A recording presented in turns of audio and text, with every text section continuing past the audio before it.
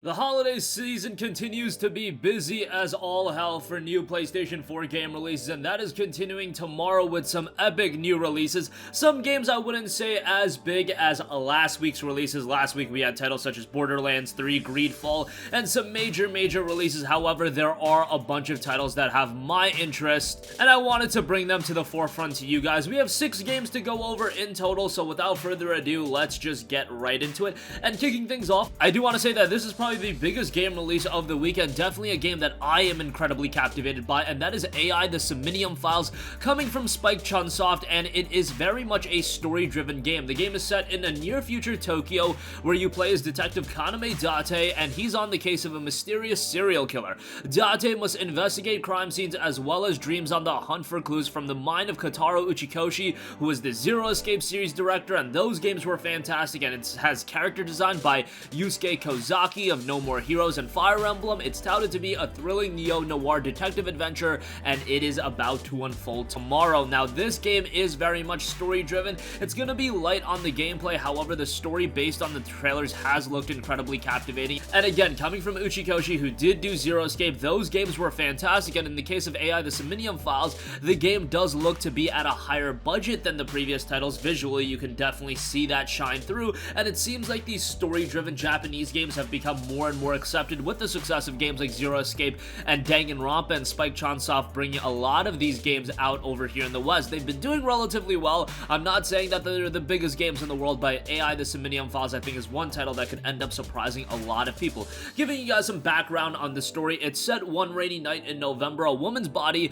is found at an abandoned theme park mounted on a merry-go-round horse. She had been stabbed repeatedly and her left eye was gouged out. So if you're expecting something for the faint of heart, if you're expecting something a little bit more childish, no, this is an M-rated game, and it's gonna be very mature from that standpoint, even if the anime aesthetic makes you think that it's gonna be a game catered towards a younger audience. That is absolutely not the case with AI The Somnium Files. Kaname Date of the Metropolitan Police Department arrives on the scene. He recognizes the woman. Suddenly, he hears a noise from inside the merry-go-round. He breaks into the merry-go-round central column to find a young girl, and in her hand, she grips a bloody ice pick. So obviously, this is gonna be a game that's filled with a lot of mystery, filled with a lot of twists and turns, and I'm expecting a very well executed story out of this one come tomorrow. Now, the interesting caveat with this is the digital version will be releasing tomorrow. Unfortunately, the physical version saw some production issues, and that will be arriving next week, I believe, on the 23rd, so you'll have to wait a little bit longer for that one. But nonetheless, AI The Somnium Files, a very interesting game coming from Spike Chunsoft, a star-studded cast working on the game as well. If you want a quality story-driven adventure, I think this one is going to be right up your alley. So again, AI The Somnium Files will be dropping tomorrow, September 17th, physical version dropping on September 23rd. Okay, next up, one of the most iconic downloadable titles is making its way over to the PlayStation 4 when Castle Crashers drops tomorrow. Castle Crashers was an awesome game that originally released on the Xbox 360 back in, I believe, 2008, and it was one of the first games that really showed us that these downloadable games could be just as fun and just as captivating as the big budget $60 games. Now, obviously, Castle Crashers, from a technical perspective, it doesn't hold up to the big games released today. However, it employed that simplistic, charming art style where it holds up very well now in 2019, even compared to back then in 2008. That's the difference between going for a more charming look, where the art style is going to age a little bit better through the years, than going for a technical juggernaut. A technical juggernaut back in 2008, just based on visual quality alone, isn't going to hold up as well in 2019, where a game like Castle Crashers, because it is so charming and relies more on gameplay, it's still a very engaging experience now in 2019. The game itself, obviously, is a cooperative experience that is a ton of fun. This is the kind of game I would highly recommend you to play with a couple of friends, and you're gonna get the most fun that way. Whether it be couch co-op, whether it be online co-op, there's a ton of fun to be had, and the game will be released at $14.99 with all of the downloadable content as unlockables as well. So much fun to be had in Castle Crashers. There's a reason why this game really exploded back in 08. Since then, it was ported to just about every other platform. It was missing a PlayStation 4 release, but that is being remedied come tomorrow, and expect a great co-op action adventure out of this one. If you've never played Castle Crashers, which I imagine a lot of you guys did miss out on it at this point, especially if you are a younger gamer, $14.99 for it is great. Get a couple of friends to pick it up as well, and you'll have a great time. I do imagine that at some point it is going to see a significant discount, again, given that it is a game that originally released in 08, or maybe it'll even be a PlayStation Plus offering sometime in the future, which I think would be great. I think offering multiplayer games like this that are relying on multiplayer as Plus titles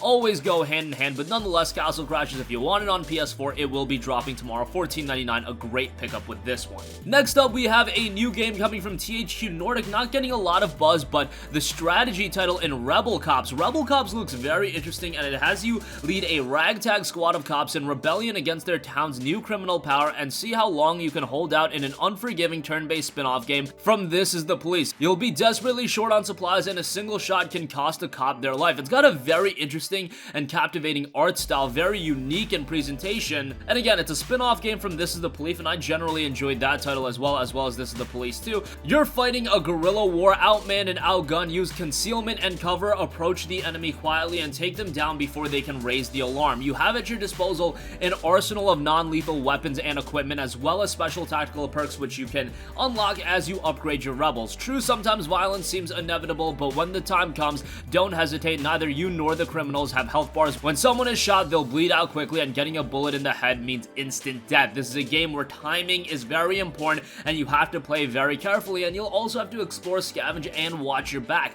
Rebel Cops features not only compact operations where you need to fight for every inch of ground, but also large open locations to explore, the sandbox levels, search each room, crack open safes and vaults, try to get into inaccessible areas, and above all, grab everything that looks useful. Stay together and proceed with caution, or accept the risk, fan out, and try to explore every corner. Again, a very interesting game, and I know many of you guys are aware of This Is the Police. You probably didn't know a spin-off game geared directly towards the gameplay is coming out, but it is, and Rebel Cops is dropping tomorrow. Next up, we have a pretty interesting story-driven title in Massara. Massara is a story-driven puzzle adventure game with a low-poly style where you will experience an unforgettable adventure in the shoes of a girl and her grandmother who make a trip from Syria to Europe, all seen through the eyes of the little one. Oriented to a sensitive audience with a taste of good stories, you can face reality while enjoying yourself as a child again thanks to its artistic style. The reviews are already coming for this one, and it's getting a little bit of a mixed reception. Currently has a 60 on Metacritic, but nonetheless looks like an interesting game. We don't know all too much about it, so it might be a game to check out down the line during a sale,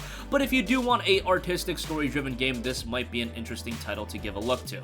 Okay, those 4 games were all on the regular PlayStation 4. The final 2 games that I do want to mention are PlayStation VR titles. First off, we have Witching Tower VR. Witching Tower VR has been out on PC for a little bit, dating back to October of 2018, and the game itself is a VR action-adventure title set in a dark fantasy world. Fight and puzzle your way through a foreboding fortress tower, unraveling each level's mystery, an unparalleled experience with breathtaking visuals and environments. The game does have a narrative attached to it as well. It's been 6 years since the undead war shattered the world, nightmares stalk the land, and sickness and death pervade the world. At the center of this nightmare, the Witching Tower's queen directs the chaos, feeding and growing stronger. You have been chosen to survive by forces you don't understand. You are Anna, a fugitive. For years you have been hunted by the tower's forces, led by the queen of the undead, now dragged to her in chains. You seem destined for a worse death than most. The queen believes you possess a secret that can reshape the world for good or for ill, and she's determined to extract it from you. More than your life depends on you breaking out and surviving. The game touts an enhanced combat system. Fight your enemies with your blade, parry their attacks, and unleash a fury of devastating counter-strikes, or shoot a bow.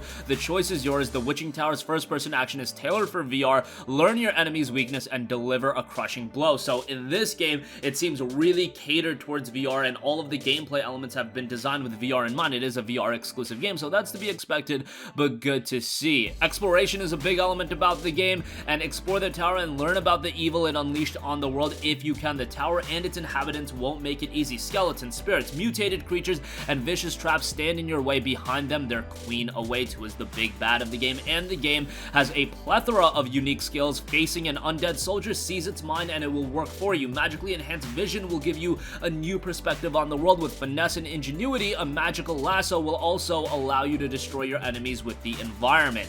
A lot of depth in the gameplay in Witching Tower, and it's a game that I'm definitely interested in. If you have VR, definitely should be on your radar, and it will be released at $19.99, so a palatable price point as well. And lastly, here's a quirky VR title, Groundhog Day. Like father, like son, this game has you stuck in a time loop as Phil Connors Jr. back in Puxatory for Groundhog Day in this virtual reality game set in the world of the iconic hit movie. Solve puzzles and interact with branching narrative gameplay to break the time loop cycle to escape into tomorrow. This is isn't the type of game that I think is going to be up everyone's alley. It's got an incredibly unique art style, and that right away might be off-putting to some people, but I personally am captivated by it. We don't have an idea on what it's going to be priced at, but if it's priced accordingly, I do think that this could be a pretty good pickup, so we'll see how it turns out. Another VR title to have on your radar. And that's going to conclude this video. Again, a lot of compelling titles have already been released this season, but come tomorrow, I think AI the Subminium Files, for those of you that want a game with a good story, that's going to surprise a lot of people. Castle Crashers is one of the most